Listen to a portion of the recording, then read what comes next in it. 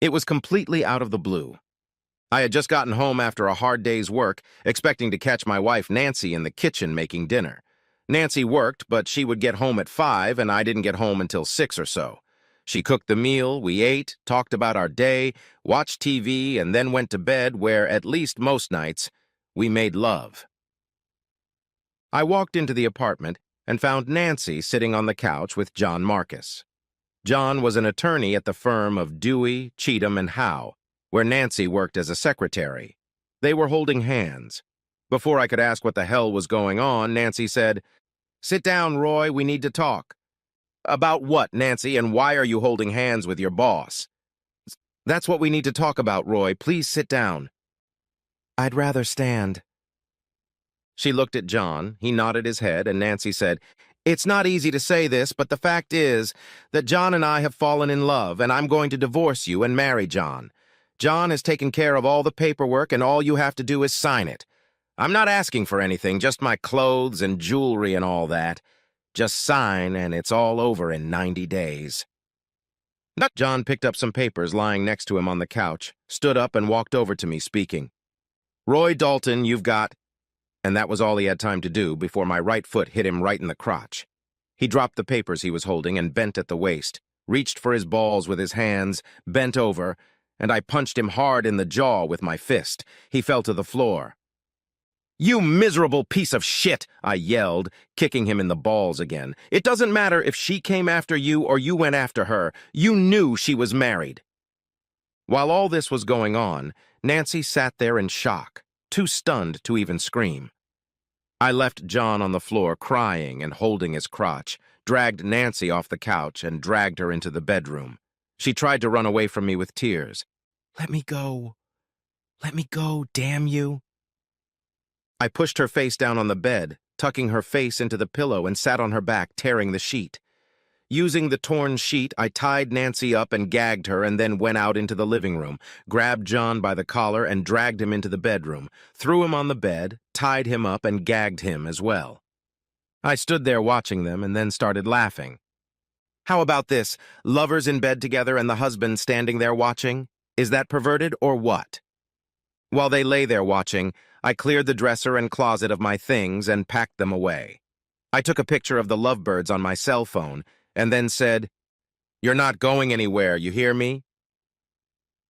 I left them, and then in a hurry I took everything I wanted and could from the apartment and loaded it all into my truck. I'll be back later for more important things. I went back to the bedroom, picked up all the things I had packed, and carried them to the truck. Back at the apartment, I cleaned out Nancy's purse, taking all the money and credit cards, and then made one last visit to the bedroom. I stood there and watched them struggling, trying to free themselves. After a minute or so, I said, "When I get to the city limits sign, I'll call someone to get you rescued. If I'm lucky, I'll never see either of you again. On the other hand, maybe I'll wait until I'm 1,000 miles away to call.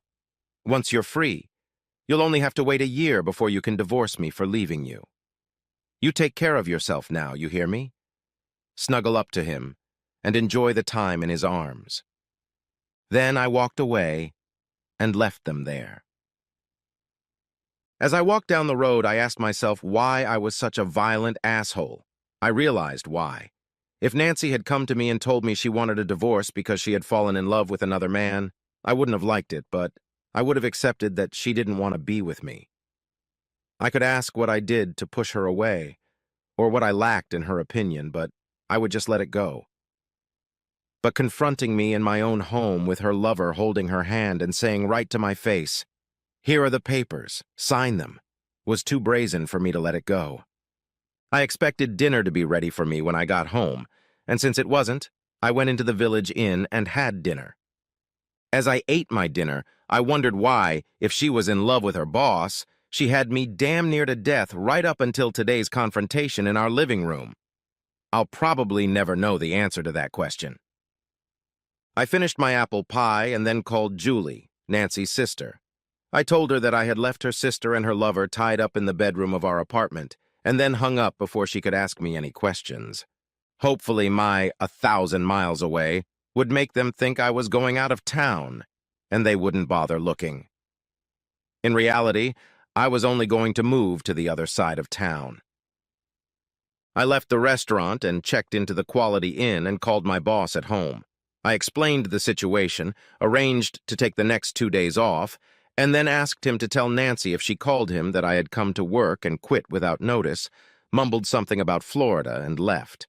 He said he would do it and then said, "You do realize that if you stay here, she'll eventually see you somewhere, or someone who knows you might mention seeing you, don't you?" "Yes, but I'm only doing this to stall for time. It may only take a day or two, but I'll take what I can get." I went to the bank first thing in the morning only to find out that Nancy had lied to me. All she needed was her clothes, personal items, and all that. I discovered that Nancy had been there the day before and had withdrawn half of the checking and savings accounts. I checked the safety deposit box and found that she had apparently forgotten about it. There were 6 certificates of deposit in there. Each was worth $12,000. They were supposed to be the down payment on the house. Each of us would put 10% of our net paychecks into savings, and then when the savings reached $12,000, we would buy a certificate. But what really had to gross her out was the jewelry box that was also in the box. The jewelry was in the box. They had belonged to her great-great-grandmother and had been inherited, and Nancy had gotten them when her mother had passed away from cancer. They were appraised at $82,000. The jewels were a bone of contention between Nancy and her sister Julie. Julie always argued that she should have gotten half, and Nancy always argued that it was hers since she was the firstborn and would in turn pass to her future daughter. Nancy must have been very, very angry when she remembered the jewelry box, opened it, and found it empty. I took the jewelry before Nancy discovered it was gone, and after letting her get a little nervous, I subsequently gave the jewelry to Julie.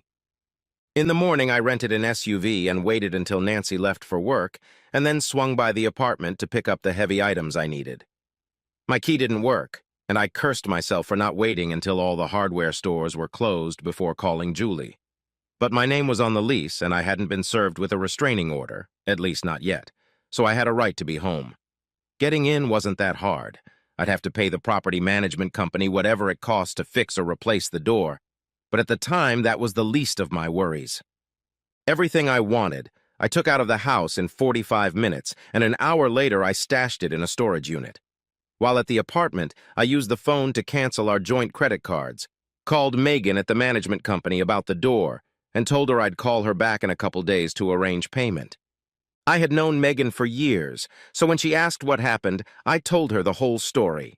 She laughed and said, "Really? You left them in bed together? That frees you up for me."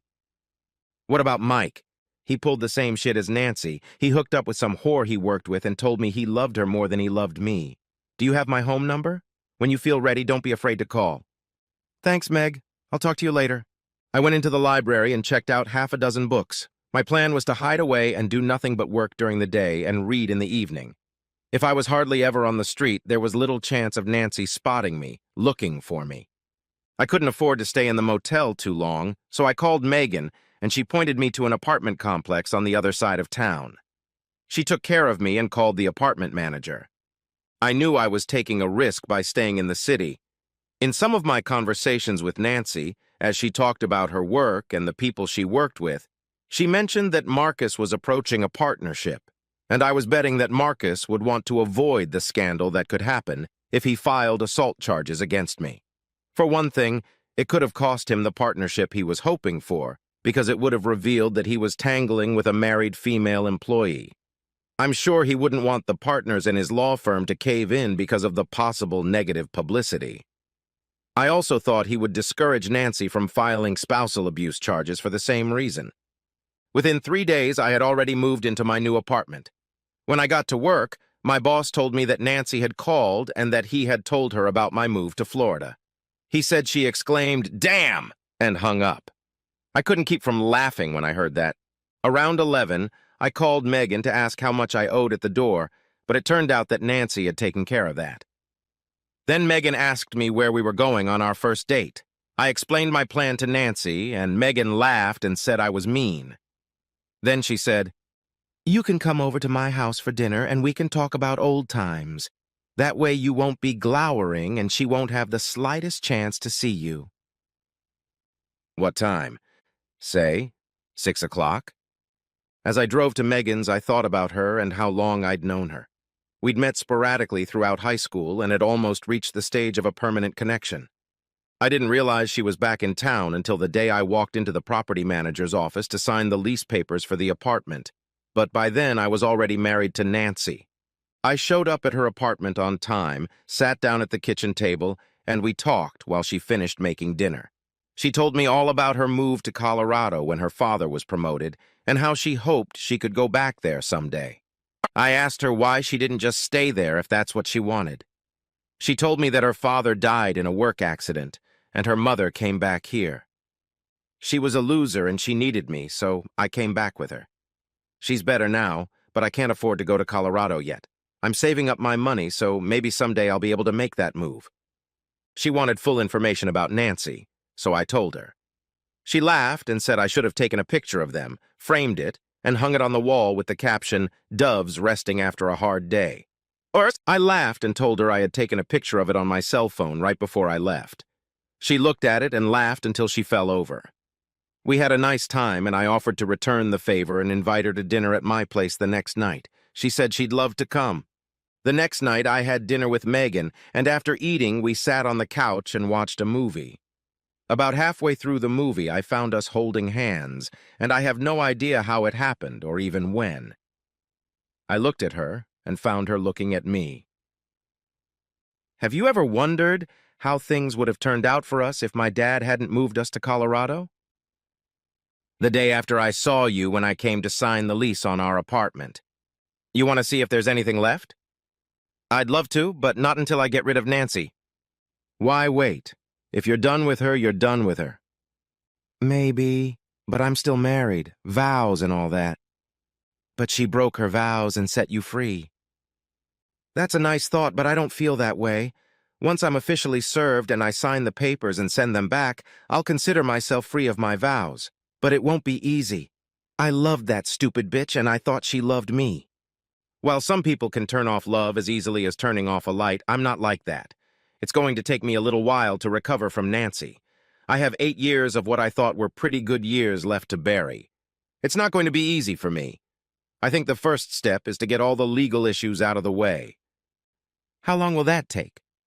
The paperwork is already drawn up, so I think all I have to do is be available so I can be served. I think the easiest way would be to just walk into the office where she works, but I don't want to do that, although I'm looking forward to it. And there's really no rush. We need to get to know each other again. It's been 12 years since we broke up, and we're different people now. And there's a pretty big elephant in the room. I was head over heels in love with Nancy and thought we had a great marriage until she ambushed me that night with her boss. You want to know what the catch is? The night before she ambushed me, we made love 3 times.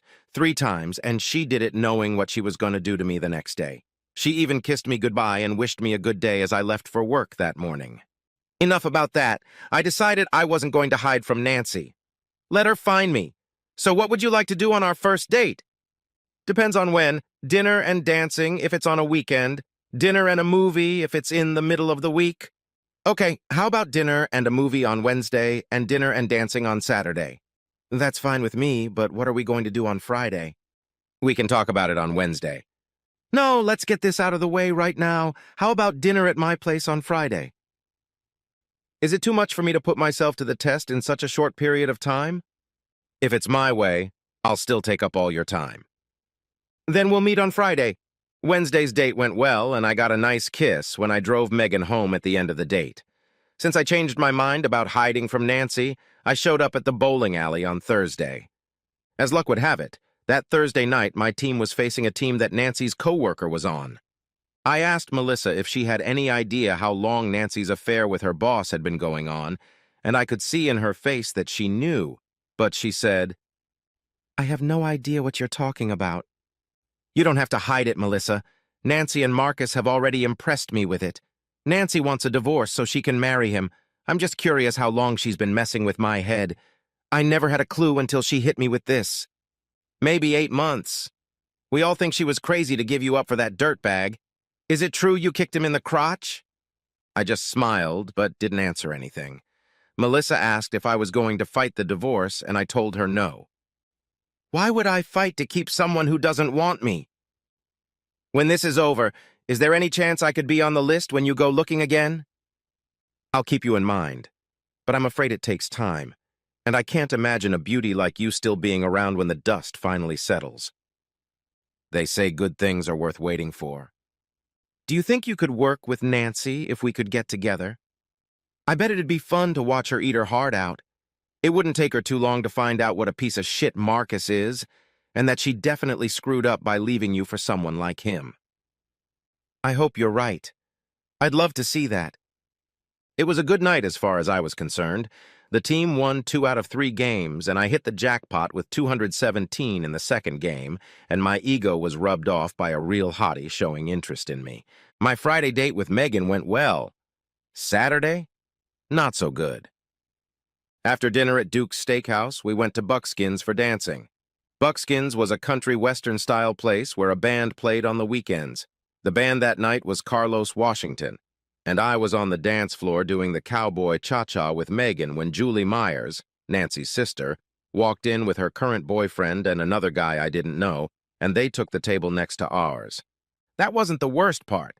The worst part was that as soon as they sat down, Nancy joined them. I had already decided not to hide the fact that I was in town, but the table next to me and my date? And where was John? Had she already dumped him? I assumed the unknown guy was her chaperone for the evening. I warned Megan of what we were about to face, and she laughed and said, "Oh boy, this is going to be an evening to remember." The music ended and we headed to our table. Nancy was sitting with her back to us, but Julie was facing us, and I could see the surprise on her face as we walked over to our table and sat down. Apparently, she had decided not to let Nancy know because Nancy never turned around. I had already decided to pay our bill and leave. The next tune was a waltz, and Julie and the other 3 got up with her to go to the dance floor, and that's when Nancy saw me. I saw the shocked disbelief on her face, but her dance partner took her hand and led her out onto the dance floor. She kept her eyes on me as she danced. The song ended, and the band announced that they were going to take a break. All 4 of them went back to their table, and that's when Nancy decided to get mad at me. "Who's your friend, Roy?" she said with heavy sarcasm on the word friend. "You remember Megan from the leasing office, of course." She looked at Megan and asked, "Do you date married men a lot?" Megan laughed at her and said, "Only with the ones who get thrown out by stupid wives?" An annoyed expression appeared on Nancy's face at this answer, and then she said to me, "Why are you here, Roy? I thought you'd gone out of town." "I'm here to drink and dance. Isn't that what people usually come here for? And obviously I'm here, or you wouldn't be able to talk to me." "Where do you live?" "None of your damn business." "You still working at Stan's? Why don't you go back to your band, Nan? I'd like to spend some time with my partner." "God damn it, Roy, you know I don't like being called Nan. That's some tough shit, Nan. After the shit you and your mean boss put up, I don't give a shit what you like or don't like. Does John know you're seeing another man tonight? Maybe I should write him a couple lines and let him know." "That's not true. I came here for a drink or two with Julie and Randy. I didn't know Art would be with them." I called out to a neighboring table, "Hey, Julie, is this Art's date with Nancy?" "I'm not going to get involved in this, Roy. The fact that Julie doesn't support your story tells me all I need to know." "Damn it, Roy, I'm not crazy." At that point, Megan said, "Unless you want to enter a hair-pulling contest with me, you need to get away from me and my beau, now!" Nancy threw us an angry look and went back to her seat. Megan smiled at me and said, "I haven't had this much fun in a long time." The band came back and we went back to the dance floor and danced 2 dances, and when we got to our table, Julie and her band were gone. Megan asked, "Are you really thinking about telling her lawyer boyfriend about her and this artist guy?" "No. If she's cheating on him, he deserves it since he's a cheater himself. I mean, he did cheat, right? If, as she said, they just happened to be here, I'll let her think and sweat that someday I'll just tell him about it to cause friction between them. Maybe make him think about that old once a cheater, always a cheater thing." "You really do have a delightfully wicked mind, don't you?" I just smiled. I got a really hot kiss as I drove her home. As we drove, I wondered if something lasting with Megan could work out. We did have something in high school, but Was it more than just puppy love? The next day, I called Julie and asked her to meet me at Bud's bar after I finished work. I told you I don't want to get involved, Roy. I don't need you to get involved, Julie. I need to talk to you about something other than my current relationship with your sister. Okay, but no talk about Nancy and what you two are going through, or I'll get up and leave. You got it. I got to Bud's before Julie and decided the best way to handle the situation was to just hand her the jewelry box and leave. That way I wouldn't have to mention Nancy and cause Julie to flee. Julie walked in, looked around, saw me, and came over to join me. Knowing her usual drink, I had already set it on the table. She sat down, noticed the drink, took a sip, and then said, "Okay, Roy, what's up?" I put the box on the table in front of her. "What's this?" "Open it." She took another sip and opened the box. I saw the look on her face when she realized what was in front of her. She reached in and pulled out a diamond necklace and looked at it and said, "My mom used to let me wear it when I used to play dress-up when I was a kid. Where did you find it?" I explained how I got it and said, "I know you always felt you should get half of it when your mom died. Now you have it all. What you do is up to you. You can keep half for yourself and give the other half to your sister. Or you can keep it all for yourself. You can tell your sister, or you cannot tell your sister. When she finally remembers the safe and finds it empty, she'll come to me, and I'll tell her I pawned the jewelry." "Why didn't you pawn it?" "I couldn't do it, Julie. They're family heirlooms, and even if I pawned them to spite Nancy, it would be the same as stealing them from you, and you've always been good to me, so I just couldn't do it. To tell you the truth, Roy, I've always wished I'd gotten to you before Nancy did." She put the necklace back and said, "You'll never know how much I appreciate it, Roy. Stay in touch, Roy." And then she left. The very next day, Nancy showed up where I was working. She came up to me and said, "Where's my jewelry? How did you know I was here?" "When I found out you hadn't left town, I figured you'd be here. Where's my jewelry?" "I got rid of them." "You got rid of them?" "They were mine, Roy. You had no right to take them." "Of course I did. The money I got when I pawned them covered the money you took out of our accounts." "Money from our accounts? Wait, you pawned the jewelry?" "Uh-huh. Damn you, Roy. You had no right. You lied to me. You told me that all you wanted out of our marriage was your personal stuff, like clothes and jewelry and stuff. No mention of money. Horse shit, Roy. You should have known without me telling you that I should get my share of the money." "There's a lot of things I should have known, Nancy. Like my wife was a cheater, a traitor, but I didn't know that. And you didn't just take your share. At most, you were supposed to get half, but you took more than half." "I didn't do that." "There was $15,600.12, and you took $7,850. That's $49.94 more than half. I pawned your jewelry for that $49.94, and that makes us even." $49.94? My God, Roy, that jewelry is worth over $60,000. "What are you saying?" "Oh, well, my loss. I'll tell you what, the receipt says there's 60 days to buy it back. Actually, there's only 51 days left, but I'll make you a deal. I'll sell you the pawn shop receipt for $10,000. "Where am I going to get that kind of money?" "Ask your new man. Maybe he'll give it to you." "How about I just call the police and tell them you stole my jewelry?" "Go ahead. Do you have anything to indicate that there was any jewelry in the safe? Do you even have any documentation that you had any jewelry? Just get the hell out of here, Nancy." "This isn't over, Roy. Get the hell out of here, or I'm calling the police. I'll turn you in for assaulting me and John."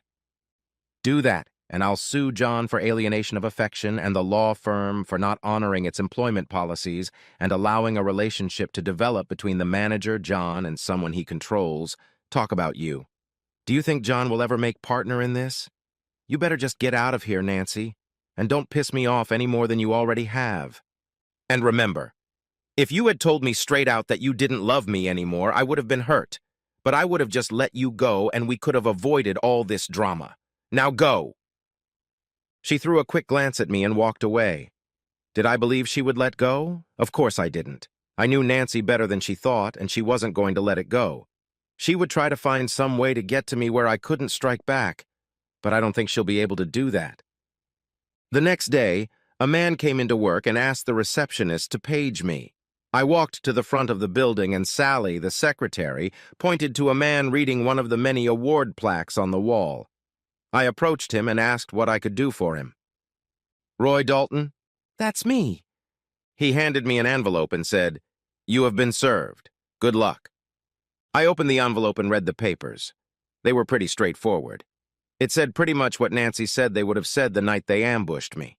She didn't even ask for child support. I signed them, put them in a stamped envelope, and dropped them in the outgoing mail tray on Sally's desk. She asked, "Are you getting a divorce?" It looked like it.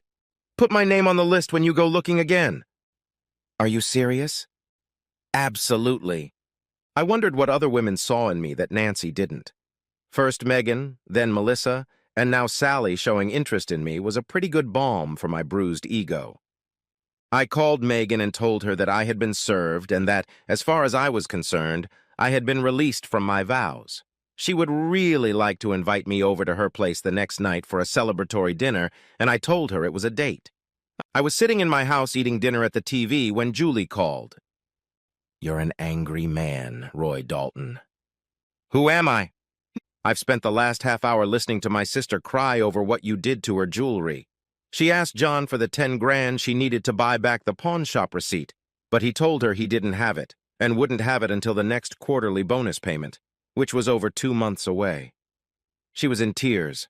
She only had 50 days to redeem them, and she didn't know what she could do. I took pity on her and told her that I had them and that I would give them to her but keep the necklace. She jumped at it. So thanks to you, I have my necklace and my sister's eternal gratitude. Remember what I told you, Roy? Keep in touch, you hear me?" "Okay, sweetheart. Whether I did or not was pretty much up to Megan. Yes, we did have something going on at school, but was it just teenage awkwardness?" When I arrived, she was wearing a very revealing dress and sexy high-heeled shoes. The table was set with lit candles, a bottle of wine, and 2 glasses. "Your timing is perfect," she said. "Dinner is ready, and if you pour the wine, I'll bring it to the table."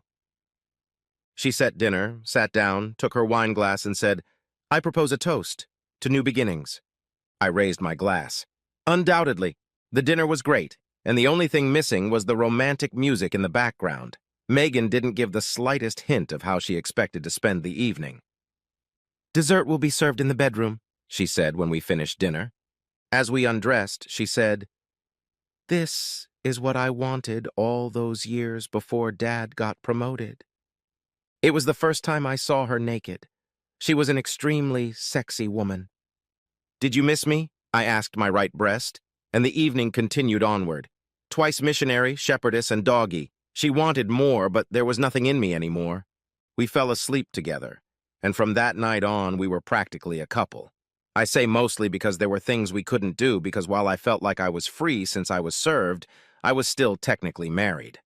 A couple times, Megan and I did run into Nancy when we went out drinking, dancing, or just out to dinner. Nancy kept her distance, although her facial expression was slightly hostile. A week after my divorce was final, I got down on my knees in front of Megan and asked her to marry me. I was in the basement working on the crib I was building for the twins who were to join us in about 3 months when the basement door opened and my wife said to me, "He's here, honey." I put my tools away, vacuumed up the sawdust, washed my hands, and then headed upstairs to have dinner with my father-in-law. When I entered the living room, he was sitting on the couch, and I saw that his wife had already brought him a drink. I joined him, and my sweetie brought me a beer, sat on my lap, and sipped her margarita while we talked, waiting for the turkey to ripen. The conversation was mostly about the impending arrival of the twins, whether we'd already picked out names and why we'd so stubbornly refused to find out the sex of these two before they were born. And then as it always, and I really mean always, happened, the elephant in the room was revealed. This time it was my father-in-law who brought it up. "Have you heard anything about your sister lately?" "No, have you?" "No, I'm just wondering what's going on." "I'm not going to find out anything. I'll talk to her if she calls, but I'm not going to call her. All I know is what she told me the last time she called. She left him because of his constant cheating and is going to divorce him. Roy always claimed that either one of them would cheat within a year of marriage." My father-in-law looked at me and I just shrugged. I stroked her baby bump and said, "It doesn't matter to me because I won. I've got you." My father-in-law looked at me and shook his head. "I get more beer bought for me at the lodge hall because of you two. I'm probably the only father in the state who has a son-in-law who married both of my daughters. I don't understand, and it's probably best not to understand how you went from Nancy to Julie." "Julie? Yeah. I think I missed that part." When I proposed to Megan, she said no. It wasn't as direct, but it was still a no. She said she really liked me, and she liked what we were doing, but she didn't love me. I was disappointed, but not too upset. Eventually, I realized that I had done my best with Megan. We had something going on at school, so it should have started there, right? But it didn't. And that's probably no accident. Anyway, I got through it. For the next 2 months, maybe twice a week, I went to a bar like Buckskins, where there was music to dance to. One night I was at the Stagecoach Inn, and the band consisted of Jimmy Little and musicians from the Cattle Yard. I saw Julie Myers walk in and take a seat at the bar. The dance ended and I walked back to my table, and no sooner had I sat down than Julie came over and asked if she could join me. I motioned for her to sit down. She sat down and asked why I hadn't called. "Why would I have called you? I thought I made it clear when I told you I wanted to get to you before Nancy did. I emphasized that when I asked you to keep in touch." "Yeah, and if I did that and we connected, how would you be able to stay on decent terms with your sister? What about your father? Can you imagine him welcoming me back? I don't live my life to please Nancy or my father. Nancy had her chance and she blew it, so she can't forbid me from getting what she threw away. As for Dad, he can either be happy for me or get it over with. Now, to begin your courtship of me, I think you should ask me to dance." Nancy was not pleased, and Julie told her to buzz off. The surprise was her father. "I'm glad we can keep you in the family," is what he said when Julie brought me to his house for dinner one Sunday. 6 months after meeting at Stagecoach, I proposed. Julie said yes, and 3 months later, we were married. 8 months after that, I got the news that I was going to be a father, and 3 months after that, I found out I was going to be a daddy of twins. Was I happy? You bet.